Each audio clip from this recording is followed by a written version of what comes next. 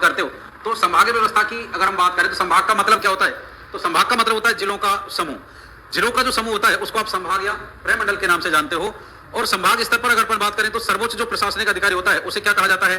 संभागीय आयुक्त। इसके बाद में हमने बात की कि संभाग स्तर पर जो सर्वोच्च पुलिस अधिकारी होता है उसे किसके नाम से जाना जाता है? तो उसे कहा जाता है पुलिस महानिदेशक, यानी इसको आप कहते हो आईजी।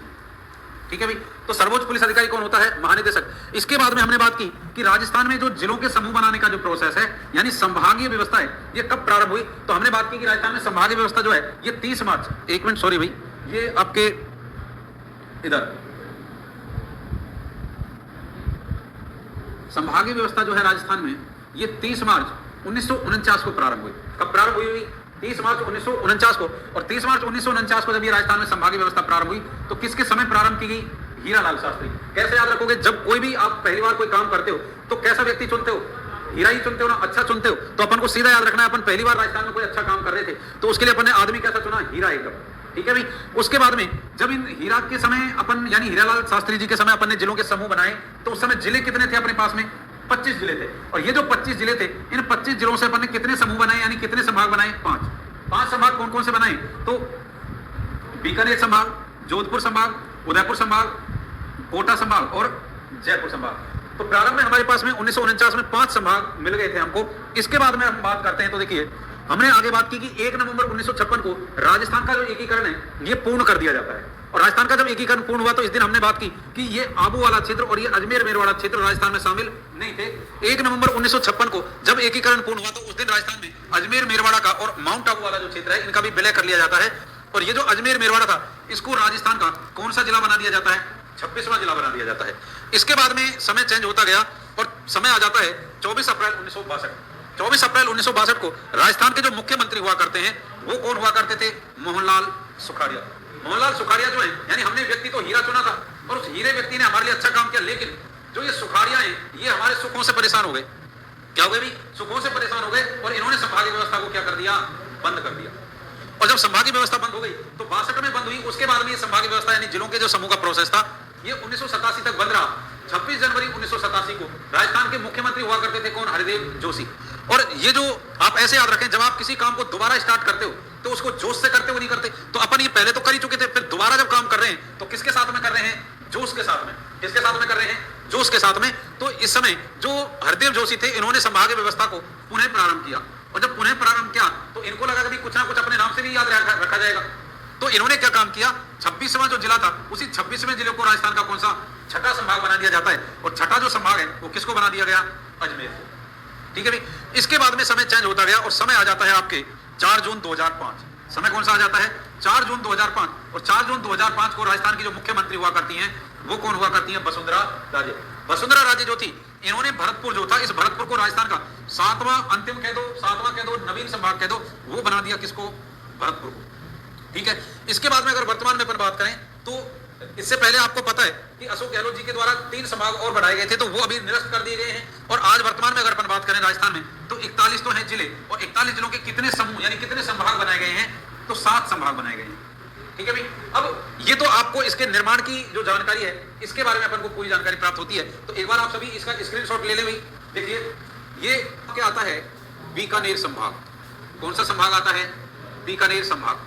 ठीक है भाई, बीकानेर संभाग। इसके बाद में एक आपके आता है जिसको अपन क्या कहते हैं? जोधपुर संभाग। ठीक है। इसके बाद में एक जो आपके आता है ये आता है उदयपुर संभाग। कौन सा आता है? उदयपुर संभाग। इसके बाद में एक जो आपके आता है वो कौन सा आता है? कोटा संभाग। ठीक है। इसके बाद में एक जो आपके आता है वो आता है कौन सा? भरतपुर संभाग। ठीक है। इसके बाद में अगर अपन बात करें तो अगला जो आता है वो आता है जयपुर संभाग। ठीक है भाई। और इसके बाद में एक जो आपके आता है वो आता है अजमेर संभाग। तो वर्तमान में अगर अपन बात करें तो वर्तमान में कुल जो जिले हैं, कुल जिलों की अगर हम बात करते हैं तो राजस्थान में कुल जिले 41 हैं। और ये जो 41 जिले हैं इन 41 जिलों को कितने संभागों में बांटा गया है? तब हम क्या कह रहे होते हैं कि ये 7 संभागों में बांटा गया है। अब आपको कुछ भी नहीं करना है, इनमें कोई सूत्र कोई ट्रिक का इस्तेमाल नहीं करना है। पहला संभाग आप देखते हो जिसका नाम क्या आता है? बीकानेर संभाग। बीकानेर संभाग की जब हम बात करते हैं तो देखिए नंबर 1 जो आपके संभाग आता है वो कौन सा आता है? बीकानेर संभाग। बीकानेर संभाग की जब हम बात करते हैं तो बीकानेर जो संभाग है इसमें आपको कुछ भी नहीं करना है, केवल आपको नक्शा अगर याद है तो सारी चीजें इजी वे में हो जाएंगी। देखिए यहां पर आपके एक जिला आता है, इस जिले को आप क्या बोलते हो, चूरू। यहां चूरू से लेकर के और आपको सीधा आना है बीकानेर तक, चूरू से लेकर के और कहां तक आना है, बीकानेर तक। और जब आप चूरू से लेकर के और बीकानेर तक के जिले अगर आपके दिमाग में हैं तो कौन से संभाग में कौन सा जिला आएगा वो आपके क्लियर हो जाएगा। देखिए बीकानेर संभाग की जब हम बात करते हैं तो इसमें जो जिले आते हैं तो देखिए इसके लिए हमको चूरू से और कहां तक चलना है, बीकानेर तक चलना है। तो सबसे पहले आता है कौन सा, चूरू। इसके बाद में आता है आपके हनुमानगढ़, इसके बाद में आपके आता है गंगानगर और इसके बाद में आपके आता है बीकानेर। तो ये जो जिले हैं यानी कितने, 4 जो जिले हैं, ये 4 जिले किसके अंतर्गत आते हैं, आपके बीकानेर संभाग के अंतर्गत आते हैं। ठीक है, अगर अपन बात करें तो बीकानेर जो संभाग है इसमें 4 भाग की विशेषताओं की, तो देखिए ये जो बीकानेर संभाग है अगर इसकी अपन बात करते हैं विशेषताओं को लेकर के, इस संभाग में और क्या क्या विशेषताएं पाई जाती हैं, तो इसमें विशेषताएं एक तो आपको याद रखना है सर्वाधिक नहरों द्वारा सिंचाई। तो सर्वाधिक नहरों द्वारा सिंचाई अगर किसी संभाग में होती है तो कौन से में होती है, अभी वो होती है बीकानेर संभाग। इसके बाद में अगर अपन बात करें दूसरा जो सबसे ज्यादा जो अगर अपन बात करें संभाग की इसकी विशेषता क्या है, तो दूसरा अगर अपन इसकी विशेषता की बात करें तो न्यूनतम नदियों वाला संभाग।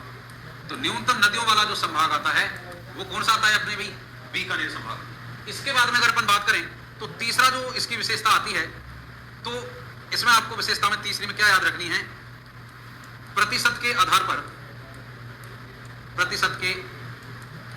पर सर्वाधिक अनुसूचित जाति। तो प्रतिशत के आधार पर सर्वाधिक अनुसूचित जो जाति है एससी जो है वो कौन से संभाग में पाई जाती है, बीकानेर संभाग में। समझ में आया अभी।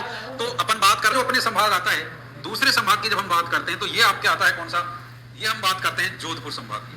कौन सा संभाग आता है, जोधपुर संभाग। और जोधपुर संभाग जो है अगर जोधपुर संभाग की हम बात करें तो जोधपुर संभाग की देखिए यहां पर अगर अपन बात करते हैं तो आपको कुछ नहीं करना है इसमें। अभी जैसे आप यहां फलौदी में हो, फलौदी से लेकर के और यहां आना है आपको सिरोही तक, फलौदी से लेकर के और कहां तक आना है, सिरोही तक। और इसके बाद में 2 जिले अंदर से लेने हैं, एक तो जोधपुर और एक पाली। ठीक है भी। तो देखिए जोधपुर संभाग की हम बात करें तो जोधपुर संभाग में आपको कहां से चलना है, तो इसमें आपको चलना है यानी फलौदी से लेकर के, फलौदी से और आपको चलना है कहां तक, सिरोही तक। तो आपको फलौदी से जब आप सिरोही तक आते हो तो कौन कौन से जिले आएंगे, देखिए सबसे पहले आता है फलौदी, फलौदी के बाद में आता है जैसलमेर, जैसलमेर के बाद में आता है बाड़मेर, बाड़मेर के बाद में आता है जालौर और जालौर के बाद में आता है सिरोही। ठीक है भी। तो ये जिले रखने हैं। उसके बाद में अगर अपन बात करें तो 2 जिले अंदर से यानी एक तो लेना है जोधपुर, एक लेना है पाली और आपको पता है ये बाड़मेर जो है इससे आपने एक जिला और अलग कर दिया है जिसको आप किसके नाम से जान रहे हो, बालोतरा। तो यहां पर अगर अपन बात करें ये आपके जोधपुर संभाग, तो सीधा याद रखना है फलौदी से और कहां तक, सिरोही तक। तो फलौदी से और बालोतरा, तो ये आपके कौन सा संभाग हो जाएगा अभी, जोधपुर संभाग। समझ में आया। अगर यहां पर अगर अपन बात करें तो देखिए इस संभाग की विशेषताएं क्या है, विशेषताओं की बात की जाए तो एक तो सर्वाधिक क्षेत्रफल में सबसे बड़ा अगर कोई संभाग है तो कौन सा है, जोधपुर संभाग। न्यूनतम साक्षरता यानी सबसे कम पढ़े लिखे लोग अगर कहीं तो कौन से संभाग में, जोधपुर संभाग में। इसके बाद में आप देखिए आगे जैसे आप पढ़ते हो, घर वाले क्या कहते हैं, या तो बेटा पढ़ ले और नहीं तो क्या चलाएगा, भैंस चलाएगा। तो आप यहाँ पे लोग बात कैसे हैं, कम है। और जब कम है तो यहाँ पर अगर अपन बात करें यानी क्या चलाएगा, पशु। तो अपन कह सकते हैं पशु जो है वो सर्वाधिक पाए जाते हैं। तो सर्वाधिक पशुओं वाला अगर कोई संभाग है तो कौन सा आता है, वो आपके आता है जोधपुर संभाग। और इसके बाद में चौथी विशेषता की जब आप बात करते हो तो चौथी विशेषता इसकी क्या आती है, देखिए चौथी विशेषता आती है सर्वाधिक दशकीय वृद्धि दर। तो सर्वाधिक जो दशकीय वृद्धि दर वाला जो संभाग आता है यानी हर 10 साल में जब आप जनगणना करते हो तो प्रत्येक 10 साल में जो सबसे ज्यादा जो जनसंख्या बढ़ती है वो आपके इसी पश्चिमी भाग की ही बढ़ती है। ठीक है, जिसको आप कौन सा संभाग कह रहे हो, जोधपुर संभाग। कुछ नहीं याद रखना, सीधा आपको याद रखना है। अब आप सिरोही तक तो आ ही गए हो, सिरोही के बाद में अगला जिला कौन सा है, उदयपुर। यहाँ उदयपुर से स्टार्ट करना है और आपको सीधा आना है चित्तौड़गढ़ तक। उदयपुर से स्टार्ट करना है और सीधा कहां तक आना है, चित्तौड़गढ़ तक। और इसके बाद में 2 जिले अंदर से ले लेना, एक तो यहाँ पे सलूमर हो गया और एक आपके कौन हो गया भाई, राजसमंद हो गया। ठीक है, तो अपन बात करते हैं कौन से संभाग की, उदयपुर संभाग की। देखिए हम बात कर रहे हैं उदयपुर संभाग।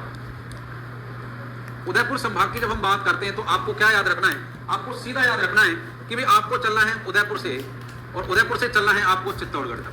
तो उदयपुर से आप चित्तौड़गढ़ तक जब आप चलते हो तो जिले कौन कौन से आते हैं, तो देखिए एक तो आता है उदयपुर, इसके बाद में आता है डूंगरपुर, डूंगरपुर के बाद में आता है कौन सा, बांसवाड़ा, कौन सा वाड़ा, बांसवाड़ा, बांसवाड़ा के बाद में कौन सा जिला आता है, प्रतापगढ़, प्रतापगढ़ के बाद में कौन सा जिला आता है, चित्तौड़गढ़, कौन सा आता है, चित्तौड़गढ़, चित्तौड़गढ़ के बाद में अगर अपन बात करें तो अगला जो जिला है वो कौन सा ले लेंगे अपन, एक तो ले लेंगे सलूम्बर, ठीक है भाई, और इसके बाद में अगर अपन बात करें तो एक आप क्या कौन सा जिला ले लोगे, राजसमंद।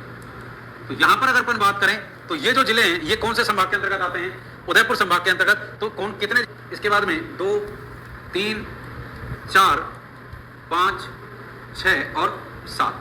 तो उदयपुर जो संभाग है इसमें जो जिलों की संख्या है वर्तमान में वो कितने जिले शामिल किए गए हैं, 7 जिले शामिल किए गए हैं। लेकिन अगर जैसे यहां पर अपन बात करें तो ये जो जोधपुर संभाग था, इसे जोधपुर संभाग की जब आप बात करते हो तो जोधपुर संभाग की जब हम 2 3 4 5 6 7 और 8 यानी 8 जो जिले हैं ये जोधपुर संभाग में आते हैं।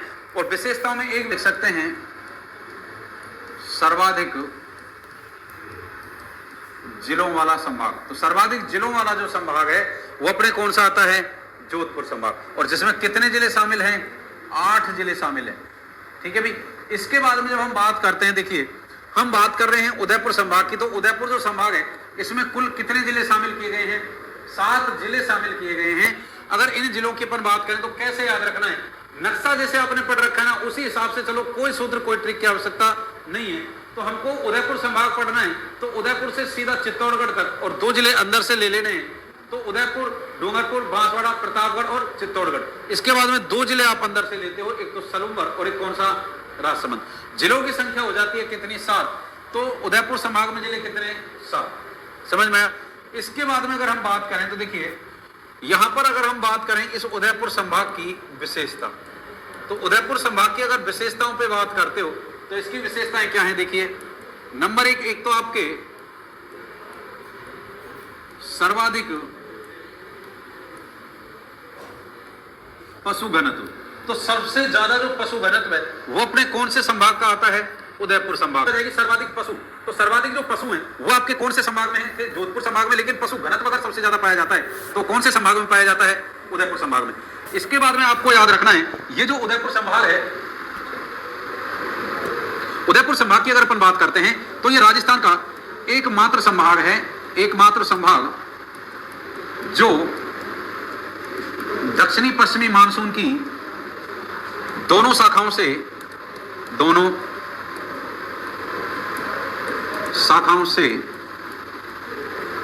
वर्षा प्राप्त करता है।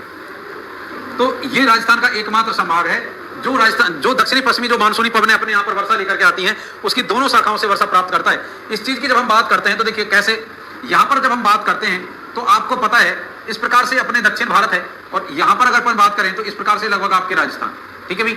और यहाँ पर अगर अपन बात करते हैं तो यहाँ आपके फैली हुई है अरावली पर्वतमाला, ठीक है। ये जो यहाँ से जो इस प्रकार से जो पवनें चलती हैं इन पवनों को कहा जाता है दक्षिणी पश्चिमी मानसूनी पवनें। ये जो पवनें हैं इनको अपन क्या कह रहे हैं, दक्षिणी पश्चिमी मानसूनी पवनें। लेकिन ये जो दक्षिणी पश्चिमी मानसूनी पवनें होती हैं जब ये भारत के दक्षिणी भाग से टकराती हैं, जब ये दक्षिणी भाग से टकराती हैं तो ये पवनें 2 भागों में बढ़ जाती हैं। कितने भागों में बढ़ जाती हैं, 2 भागों में। एक तो पवनें यहां से चलने लग जाती हैं और एक पवनें यहां से चलने लग जाती हैं। इस प्रकार से यहां से जो पवनें चलती हैं इनको तो कहा जाता है अरब सागर की शाखा, और यहां से जो पवनें चलती हैं इनको कहा जाता है बंगाल की खाड़ी की शाखा, ठीक है भाई। यहां पर अगर हम बात करें तो यहां पर ये जो अरब सागर की जो शाखा है ये भी आपके 3 भागों में बढ़ जाती है, और 3 भागों में बढ़ करके यहां पर एक शाखा आती है जिसको आप कहते हो सौराष्ट्र या फिर कच्छ की शाखा। तो सौराष्ट्र या काठियावाड़ की जो शाखा होती है ये शाखा राजस्थान में प्रवेश करती है, और जब ये प्रवेश करती है तो आपने पढ़ा होगा कि अरावली पर्वतमाला की सर्वाधिक ऊंचाई और सबसे ज्यादा जो विस्तार है वो इस अरावली पर्वतमाला के दक्षिणी पार्ट में है। तो इन पवनों के द्वारा यहां पर वर्षा होती है। इसके बाद में ये जो बंगाल की खाड़ी की शाखा है इसकी कुछ पवनें तो निकल जाती हैं बांग्लादेश की साइड में, यानी आपके मेघालय राज्य की ओर, और इन्हीं में से कुछ पवनें मुड़कर के प्रायद्वीपीय भारत की ओर आ जाती हैं। और जब ये प्रायद्वीपीय भारत की ओर आती हैं तो यही मुख्य रूप से राजस्थान में वर्षा कराने के लिए सहायक होती हैं। तो ये एकमात्र संभाग है उदयपुर संभाग जो अरब सागर यानी दक्षिणी पश्चिमी जो मानसून है इसकी अरब सागर की शाखा और बंगाल की खाड़ी की शाखा इन दोनों से ही वर्षा प्राप्त करता है। समझ में अभी? तो ये इसके बाद में अगर तीसरी विशेषता की अपन बात करें तो इसकी तीसरी विशेषता क्या आती है? सर्वाधिक अनुसूचित जनजाति। तो सर्वाधिक अनुसूचित जनजाति वाला जो संभाग आता है, यानी इसको आप कह सकते हो एसटी, शेड्यूल ट्राइब। तो सर्वाधिक अनुसूचित जनजाति यानी आपके जो जैसे भील है, मीणा है, डामोर है, कथोरी है, सहरिया है, ये जो जनजातियां हैं, अगर इन जनजातियों के ऊपर बात करते हैं तो ये सबसे ज्यादा अगर कहीं पाई जाती हैं तो ये राजस्थान के इसी दक्षिणी भाग में पाई जाती हैं। तो ये अपने कौन सा संभाग है भाई? उदयपुर संभाग। तो उदयपुर संभाग की विशेषताएं क्या पढ़ रहे हो आप? एक तो सर्वाधिक अगर हम बात करें तो अगला जो संभाग आता है, देखिए यहां पर जैसे हम संभागों की बात करें तो पहला आपने पढ़ लिया है बीकानेर संभाग, दूसरा आपने पढ़ लिया जोधपुर संभाग, तीसरा आपने पढ़ लिया है कौन सा? उदयपुर संभाग। उदयपुर जो संभाग है अगर इसके ऊपर बात करें तो उदयपुर संभाग देख लिया। इसकी जैसे विशेषताओं के ऊपर बात करें, एक चीज और याद रख लेना, सर्वाधिक लिंगानुपात वाला संभाग। यानी यहां पर अगर अपन बात करें सर्वाधिक लिंगानुपात की, तो सर्वाधिक लिंगानुपात का मतलब यह है कि जो ये आपका उदयपुर संभाग है, इन जिलों में लड़कों के मुकाबले लड़कियों की जो संख्या है वो क्या है? ज्यादा है। समझ गए ना? तो इसको अपन क्या करें? सर्वाधिक लिंगानुपात। इसके बाद में एक विशेषता और याद रख लेना, राजस्थान में सर्वाधिक कार्यशील जनसंख्या। तो राजस्थान में सर्वाधिक कार्यशील जनसंख्या वाला अगर कोई संभाग आता है तो सर्वाधिक कार्यशील वाला जनसंख्या वाला जो संभाग है वो कौन सा आता है? उदयपुर संभाग। समझ में आ गई यहां तक सबके? इसके बाद में अगर अपन बात करते हैं अधिक मीठे पानी की झीलें, तो सर्वाधिक मीठे पानी की जो झीलें हैं, सर्वाधिक मीठे पानी की जो झील हैं, तो सर्वाधिक मीठे पानी की जो झीलें हैं वो कहां पे पाई जाती हैं? उदयपुर संभाग में पाई जाती हैं। इसके बाद में अगर हम बात करें तो और क्या याद रख सकते हो इसके बारे में? तो सर्वाधिक मीठे पानी की झीलें होगी कोटा संभाग। कोटा संभाग, कोटा संभाग की जब हम बात करते हैं तो देखिए कोटा, जब आपको राजस्थान का मैप याद कराया गया था तो मैप के समय आपको याद रखना था कोटा, इसके बाद में 12 और एक झालावाड़। तो ये तीन जिले हमेशा एक साथ याद रखने हैं, कोटा, 12, झालावाड़, और एक ऊपर से अंदर से कौन सा जिला ले लेंगे? बूंदी। कौन सा जिला ले लेंगे? बूंदी। तो जिले कौन कौन से हो गए कोटा संभाग में? देखो 4 जिले आते हैं, और ये जो 4 जिले हैं, अगर इन 4 जिलों की अपन बात करें तो 4 जिले कौन कौन से हैं? देखो, एक तो 3 जिले एक साथ ही याद रखने हैं, कोटा, 12 और झालावाड़। कोटा, 12, झालावाड़, और एक आपको जिला याद अंदर से ले लेना है, कौन सा? बूंदी। तो बस यही आपके जो संभाग है वो कौन सा संभाग हो जाता है? कोटा संभाग। कौन सा संभाग हो जाता है? कोटा संभाग। अगर कोटा संभाग की अपन बात करें तो देखिए हम यहां पर अगर बात करें तो जैसे हमने बात की थी इसकी, अब बात करते हैं इसकी विशेषताओं को लेकर के। तो विशेषताओं में इसमें क्या होगा? देखो, तो विशेषताओं में एक तो आपको याद रखना है सर्वाधिक नदियों वाला संभाग। तो सर्वाधिक नदियों वाला अगर कोई संभाग आता है तो वो कौन सा आता है आपके? वो आता है कोटा संभाग। इसके बाद में अगर अपन बात करें दूसरा, तो इसकी विशेषता क्या याद रखनी है? सर्वाधिक सहरिया जनजाति। तो सर्वाधिक सहरिया जनजाति अगर किसी संभाग में पाई जाती है तो कौन से में पाई जाती है? कोटा संभाग में। इसके बाद में आपको याद रखना है नंबर 3, सबसे कम सबसे कम जनसंख्या वाला संभाग। तो सबसे कम जनसंख्या वाला जो संभाग है वो आपके कौन सा आता है? कोटा संभाग। ठीक है भाई। इसके बाद में अगर हम बात करते हैं तो अगला जो अपने संभाग आता है नंबर 5 पे, वो आता है भरतपुर संभाग। कौन सा आता है? भरतपुर संभाग। अगर भरतपुर संभाग की अपन बात करें तो देखिए भरतपुर संभाग में आपको कुछ नहीं करना, आपको सीधा याद रखना है कि यहाँ अभी सवाई माधोपुर से स्टार्ट करना है और सीधा डीग तक आना है। सवाई माधोपुर से स्टार्ट करना है और सीधा कहां तक आना है? डीग तक। तो जितने भी जिले आपके दिमाग में आएंगे वो सारे के सारे जो जिले हैं वो किसके साथ? भरतपुर संभाग के साथ आ जाते हैं। तो जिले कौन कौन से आएंगे? देखो, एक तो आता है सवाई माधोपुर, इसके बाद में आता है कौन सा जिला? करौली, इसके बाद में जिला आता है धौलपुर, इसके बाद में आता है भरतपुर, और फिर आता है कौन सा जिला? डीग। तो ये सवाई माधोपुर है, करौली है, धौलपुर है, डीग है। ठीक है भाई। तो ये जो है यानी कितने जिले हो गए? इसमें जो जिलों की संख्या है वो कितनी हो जाती है? 5। ठीक है भाई। तो 5 जिले जो है वो भरतपुर संभाग के अंतर्गत आते हैं। अगर भरतपुर संभाग की अपन बात करते हैं विशेषताओं की, तो इसकी विशेषता क्या है? तो इसमें आपसे और क्या क्या पूछा जा सकता है? एक तो राजस्थान का ये अंतिम कह सकते हैं, हालांकि अभी गहलोत जी के द्वारा बनाए गए संभाग अगर यथावत रख लिए जाते तो शायद हम कह सकते थे कि भाई ये नवीन नहीं होता या फिर अंतिम नहीं होता। तो अभी तो लास्ट में यही है, तो इसको आप कह सकते हो राजस्थान का अंतिम, या फिर आप कह सकते हो 7वां, या फिर अभी आप क्या कह सकते हो? नवीन संभाग। ठीक है भाई। अगर इसकी अपन बात करें तो ये जो संभाग है सबसे छोटा संभाग है। ठीक है। इसके बाद में अगर अपन बात करें तो ये जो संभाग है इसकी अगर हम बात करें तो न्यूनतम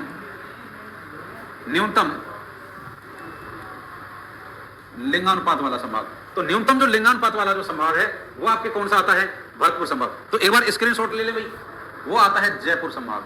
कौन सा आता है भाई? जयपुर संभाग। और जयपुर संभाग की जब हम बात करते हैं तो जयपुर संभाग में एक तो जिले कितने आते हैं अभी अपन देखेंगे। देखो अब यहाँ पे आप डीग तक आ चुके हो, डीग से अब आपको आगे बढ़ना है यानी अलवर, और अलवर से सीधा आपको आना है झुंझुनू। तो आपको कहां से चलना है? अलवर से, और सीधा कहां तक आना है? झुंझुनू तक, और 2 दौसा। ठीक है भाई। तो कौन कौन से जिले आएंगे? देखो एक तो आपके जिला आ जाता है अलवर, इसके बाद में आपके जिला आता है खैरथल तिजारा। कौन सा आता है? खैरथल तिजारा। इसके बाद में एक जिला आता है जिसको आप क्या कहते हो? कोटपूतली बहरोड। कौन सा है भाई? कोटपूतली बहरोड। इसके बाद में अगला जो जिला आता है वो आपके आता है सीकर। कौन सा आता है? सीकर। इसके बाद में एक जिला आता है जिसको आप क्या कह रहे हो? झुंझुनू। इसके बाद में एक जिला आता है जिसको आप क्या कह रहे हो? जयपुर। और एक जिला आता है जिसको आप क्या कह रहे हो? दौसा। तो अगर यहां पर अपन बात करें, ये जो जयपुर संभाग है इसमें जिलों की संख्या कितनी हो गई? 7। और सीधा आपको कुछ नहीं करना, सीधा अलवर से लेकर के और झुंझुनू तक चलना है, और 2 जिले अंदर से ले लेने, जयपुर और दौसा। यहां पर अगर हम बात करें इस संभाग की विशेषताओं को लेकर के, तो इस संभाग की विशेषताएं क्या क्या आएंगी? देखिए इस संभाग की जब आप विशेषताओं की बात करते हो तो इसकी विशेषताएं क्या क्या हैं? तो इसकी विशेषताओं पे जब आप बात करते हो तो क्या क्या विशेषताएं हैं? एक तो सर्वाधिक जनसंख्या। तो सर्वाधिक जनसंख्या वाला जो संभाग है वो कौन सा है? जयपुर।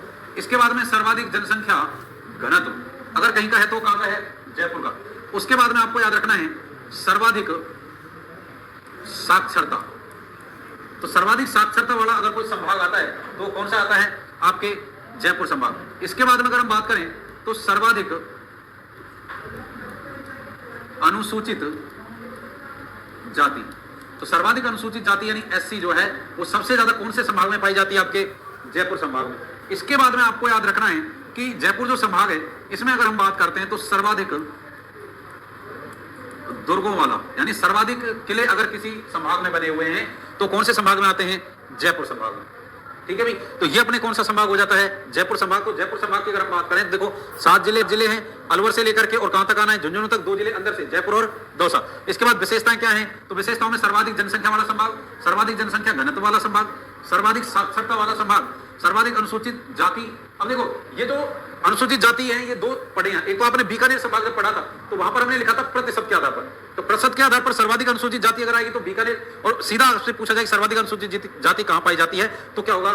आपके जयपुर। और सर्वाधिक दुर्गम वाला संभाग कौन सा है? जयपुर। इसके बाद में अगर अपन बात करें तो अब आपके एक संभाग बच जाता है जिसको आप क्या कह रहे हो? अजमेर संभाग।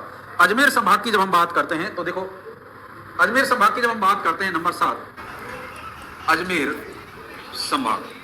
अजमेर संभाग की जब आप बात करते हो तो अजमेर संभाग में एक तो आपके जिला आता है अजमेर। तो देखो अजमेर संभाग की जब हम बात करते हैं नंबर 7 अजमेर संभाग। अजमेर संभाग की जब आप बात करते हो तो अजमेर संभाग में एक तो आपके जिला आता है अजमेर, एक आपके आता है भीलवाड़ा, एक आता है नागौर, एक आता है टोंक। ठीक है भाई। अब और आपको क्या याद रखना है? और आपको याद रखना है अजमेर से आपने क्या अलग कर दिया है? ब्यावर। अजमेर से क्या अलग कर दिया है? ब्यावर। तो वो इसी संभाग में आ जाएगा। नागौर से आपने क्या किया है?